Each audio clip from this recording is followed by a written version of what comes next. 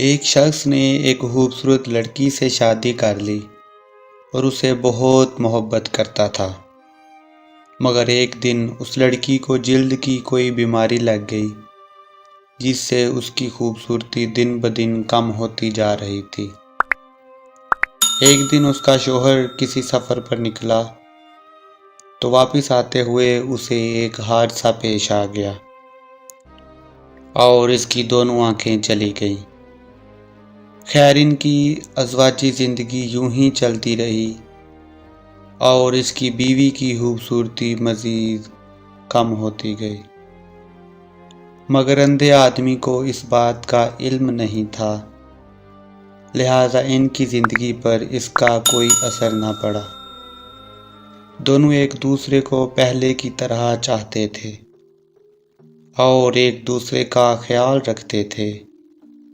خدا کا کرنا ایسا ہوا کہ ایک دن اس لڑکی کا انتقال ہو گیا۔ اس کا شوہر نہایت غمگین تھا۔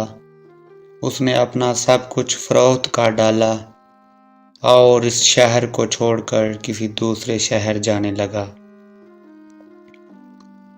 تو جاتے ہوئے پیچھے سے ایک شخص نے آواز دی اور کہنے لگا، اکیلے کیسے جاؤ گے؟